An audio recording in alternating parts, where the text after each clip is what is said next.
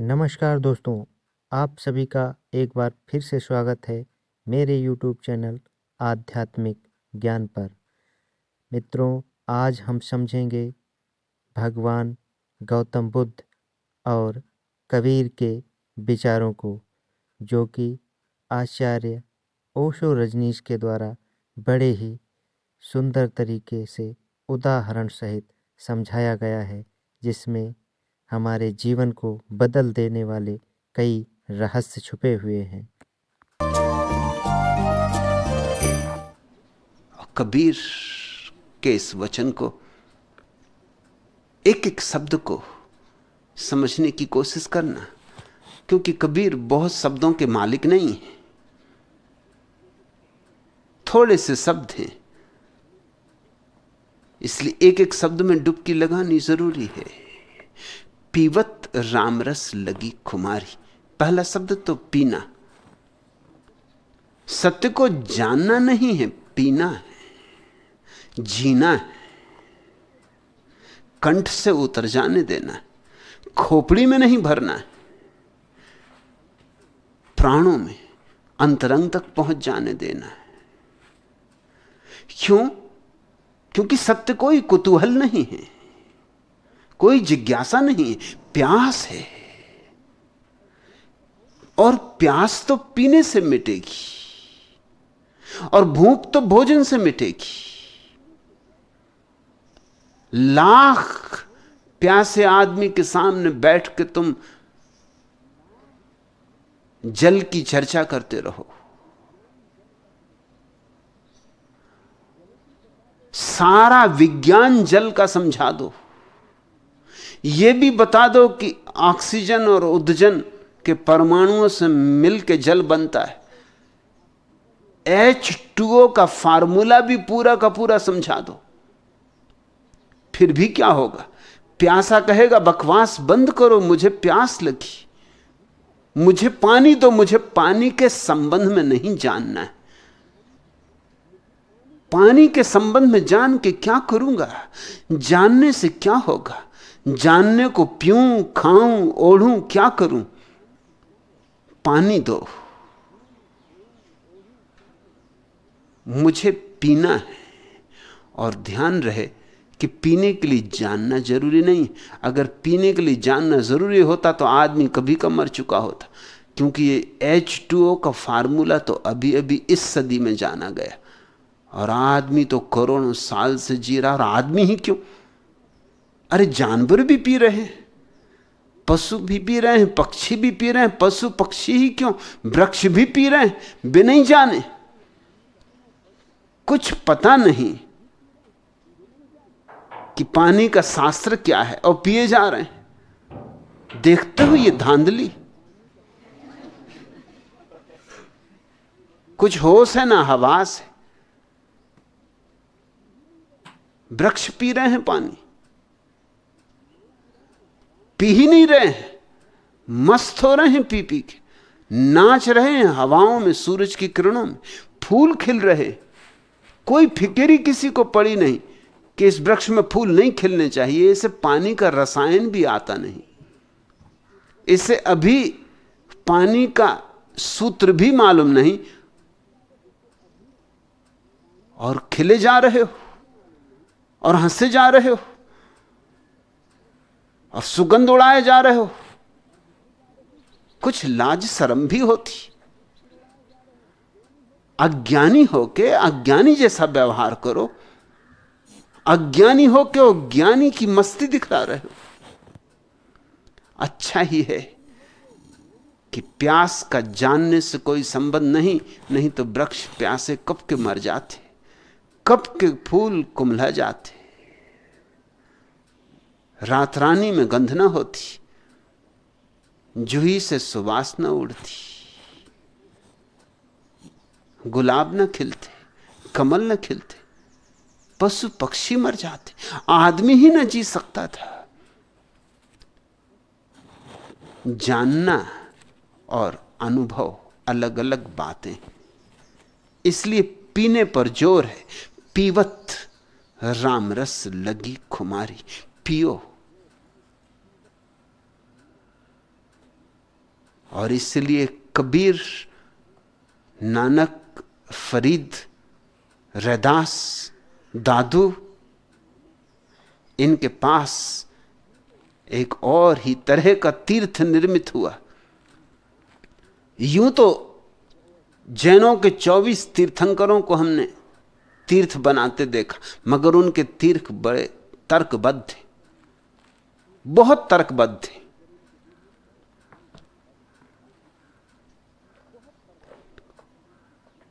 कबीर ने भी तीर्थ बनाया, मगर वो तर्कबद्ध तीर्थ नहीं,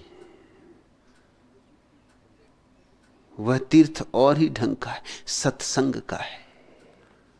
सदगुरु के पास बैठो, डोलो, गाओ, नाचो, कभी चुप्पी में, कभी उसकी वाणी में डूबो, कभी उसके मौन को पियो, कभी उसके मुखरता को पियो, कभी उसके गीत को जियो, कभी उसके शून्य को। बैठो सत्संग में,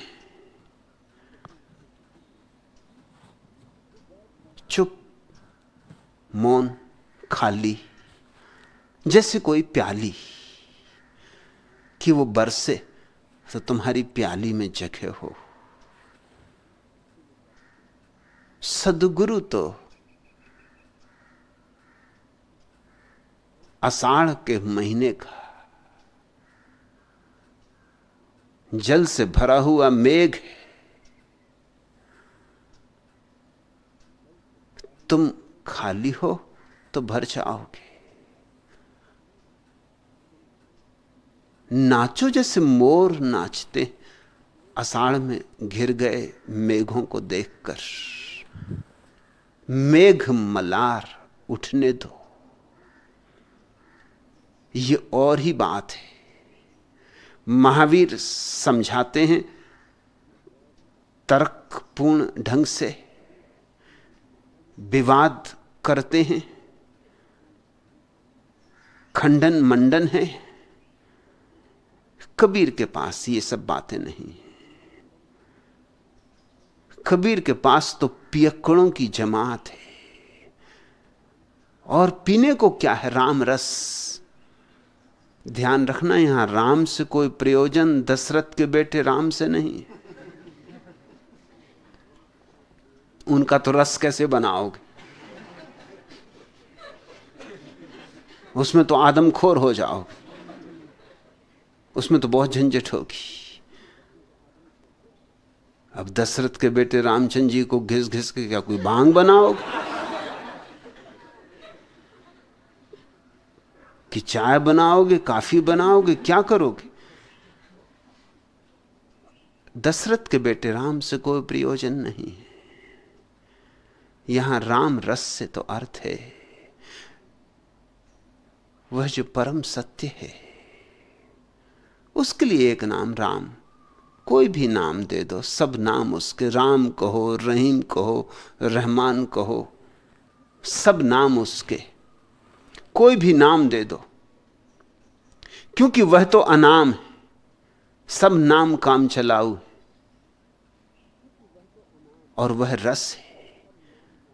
ठीक वही सूत्र उपनिषदों का जो परमात्मा की व्याख्या करता, रसो वैसा, वह रस है। रस का अर्थ ही होता है कि एक बूंद भी उतर जाए भीतर तो प्यास सदा को बुझ जाए। इस रस को भीतर उतारने की कला को ही हमने इस देश में रसायन कहा था। अब तो बड़ी गड़बड़ हो गई। अब तो केमिस्ट्री का अनुवाद रसायन शास्त्र हो गया। रसायन बड़ा प्यारा शब्द था, उसका बड़ा आध्यात्मिक मूल्य था।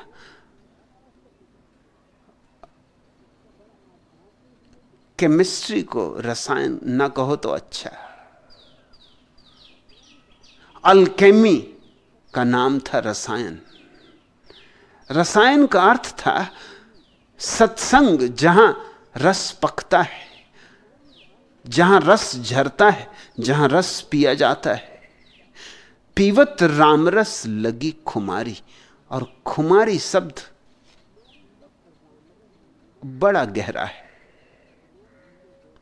खुमारी का अर्थ होता है न तो बेहोशी न होश, दोनों और दोनों नहीं।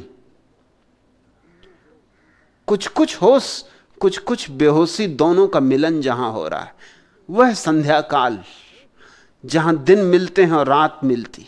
न कह सकते हो दिन है, न कह सकते हो रात है। ऐसी ही एक भीतर अवस्था है जब एक तरफ से देखो तो लगता है खुमारी, डोलते देखोगे, मस्त होते देखोगे, दूसरी तरफ से देखोगे तो पाओगे सब स्थिर है, स्थिति प्रज्ञ को पाओगे। एक तरफ मीरा का नाच और एक तरफ बुद्ध का मौन है। ये दोनों जहां मिल गए हैं उसका नाम खुमारी। बुद्ध से पूछोगे खुमारी तो बुद्ध कुछ उत्तर न दे सकेंगे, बुद्ध चुप रह जाएंगे। उनके तर्क सांस में खुमारी ना जमेगी। बुद्ध तो सिर्फ होश की बात करेंगे, जागृति, स्मृति। महावीर भी विवेक की बात करेंगे, बोध की बात करेंगे। जैसे कृष्णमूर्ति अवेयरनेस की बात करते, खुमारी की बात नहीं कर सकते। कृष्णमूर्ति वही बुद्ध और महावीर की परंपरा के अंग हैं, उसी श्रृंखला के। लाख इंकार करें, इंकार करने से क्या होता है? असल में इतना इंकार करते हैं उससे ही जाहिर होता है कि कहीं ना कहीं उनको डर लगा ही हुआ है कि कहीं मैं भी उसी श्रृंखला में ना गिन लिया जाऊं। वो भय ही बता रहा है।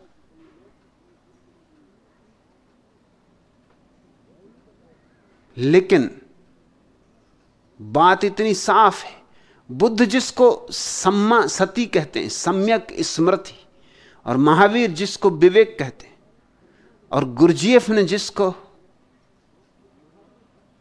सेल्फ रिमेंबरिंग, आत्मस्मरण कहा है, कृष्णमूर्ति उसी को अवेयरनेस कहते हैं। इसमें कुछ भेद नहीं है, शब्दों का ही भेद है, मगर इनमें खुमारी कहीं भी नहीं आती। हां, खुमारी की बात मीरा करती है, सहजो करती, उमर खयाम करता है, अल हिल्लास करता है, सरमत करता है। लेकिन वो सिर्फ खुमारी की बात करते, उनके पास फिर होश का कोई सवाल नहीं। कबीर वही अद्भुत समागम है जो खुमारी की बात करते, बेहोशी की नहीं, होश की भी नहीं, दोनों के बीच का संध्या काल जहां होश और बेहोशी मिलते, ऐसे मिलते कि होश बेहोश हो जाता है, बेहोशी होश हो जाती। उस घड़ी का नाम खुमारी। खुमारी बड़ी अद्भुत दशा है, डोल भी रहे मस्ती में और जागे भी, नाच भी रहे और जागे भी।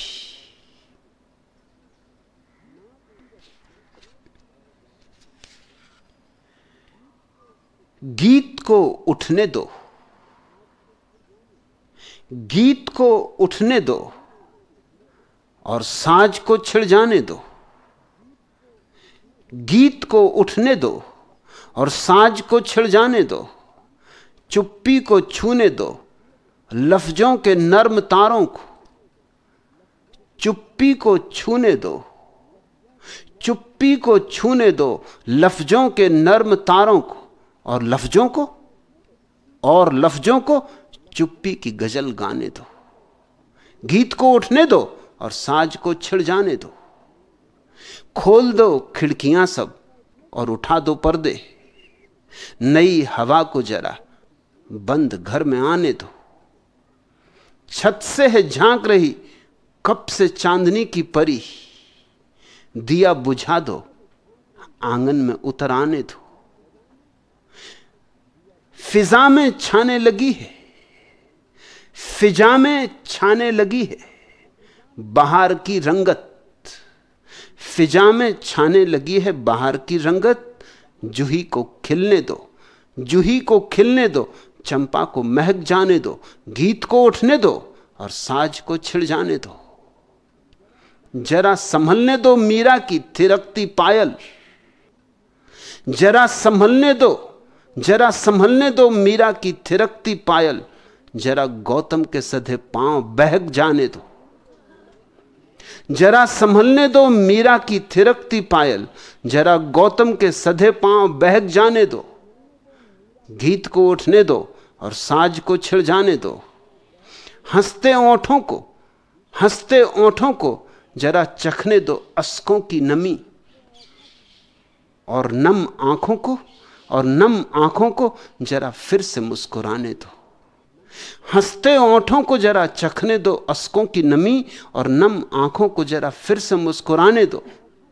दिल की बातें अभी झरने दो हर सिंगारों सी, बिना बातों के कभी आंख को भराने दो। रात को कहने दो कलियों से राज की बातें, गुलों के ओंठों से उन राजों को खुल जाने दो। जरा जमी को अब उठने दो, जरा जमी को अब उठने दो अपने पांवों पर, जरा आकाश की बाहों को भी झुक जाने दो।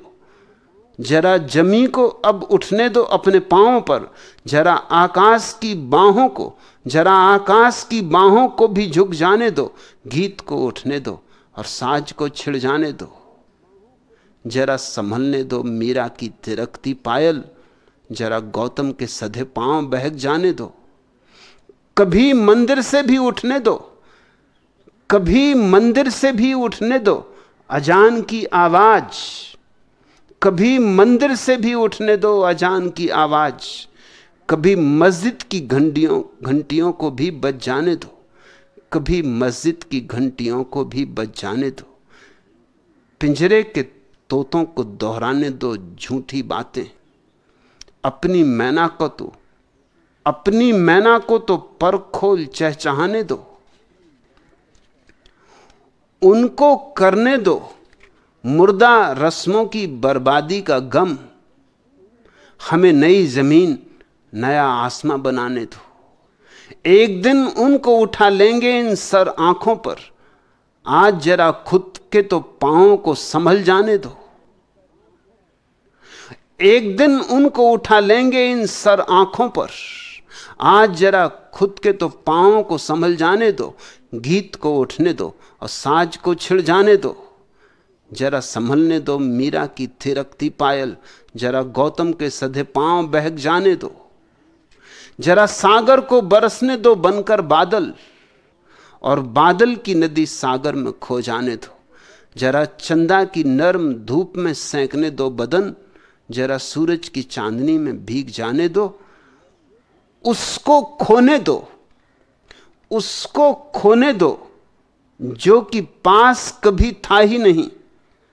उसको खोने दो जो कि पास कभी था ही नहीं, जिसको खोया ही नहीं, जिसको खोया ही नहीं, उसको फिर से पाने दो। उसको खोने दो जो कि पास कभी था ही नहीं, जिसको खोया ही नहीं, उसको फिर से पाने दो। गीत को उठने दो और साज को छिड़ जाने दो। जरा संभलने दो मीरा की थिरकती पायल, जरा गौतम के सधे पांव बहक जाने दो। अरे हां हां हुए हम लोगों के लिए दीवाने, अब लोगों को भी कुछ होश में आ जाने दो। यह है सच कि बहुत कड़वी है मैं इस साकी की, यह है सच कि बहुत कड़वी है मैं इस साकी की, रंग लाएगी गर सांसों में उतर जाने दो। छलकेंगे जाम जब छाएगी खुमारी घटा, छलकेंगे जाम जब छाएगी खुमारी घटा, जरा मैखारों के पैमानों को तो संभल जाने दो। जरा साकी के तेवर तो बदल जाने दो। गीत को उठने दो और साज को छिड़ जाने दो। जरा संभलने दो मीरा की थिरकती पायल, जरा गौतम के सधे पांव बहक जाने दो। न रहे मैखाना, न रहे मैखाना, न मैख्वार, न साकी, न शराब, न रहे मैखाना, न मैख्वार, न साकी, न शराब। नशे को ऐसी भी एक हद से गुजर जाने दो। न रहे मैखाना, न मैख्वार, न साकी, न शराब। नशे को ऐसी भी एक हद से गुजर जाने दो। उसको गाने दो, उसको गाने दो अपना गीत मेरे ओंठों से। उसको गाने दो अपना गीत मेरे ओंठों से, और मुझे उसके सन्नाटे को गुनगुनाने दो। जरा संभलने दो मीरा की थिरकती पायल, जरा गौतम के सधे पांव बहक जाने दो। गीत को उठने दो, साज को छिड़ जाने दो। गीत को उठने दो, गीत को उठने दो, और साज को छिड़ जाने दो। वह घड़ी, वह संध्या काल जहां मीरा होश में आ जाती और जहां बुद्ध नाचने लगते, उसका नाम है खुमारी।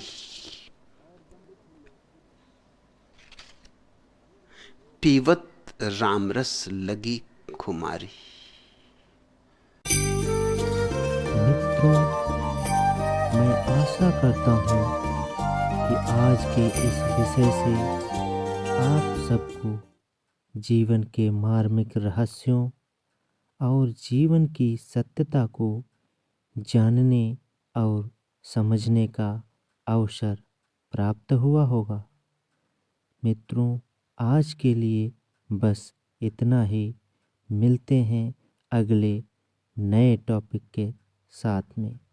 तब तक के लिए आप सभी को नमो बुद्धाय। जय श्री हरि। ईश्वर आप सबको आनंदमय, सुखमय और समृद्धिमय बनाए रखे।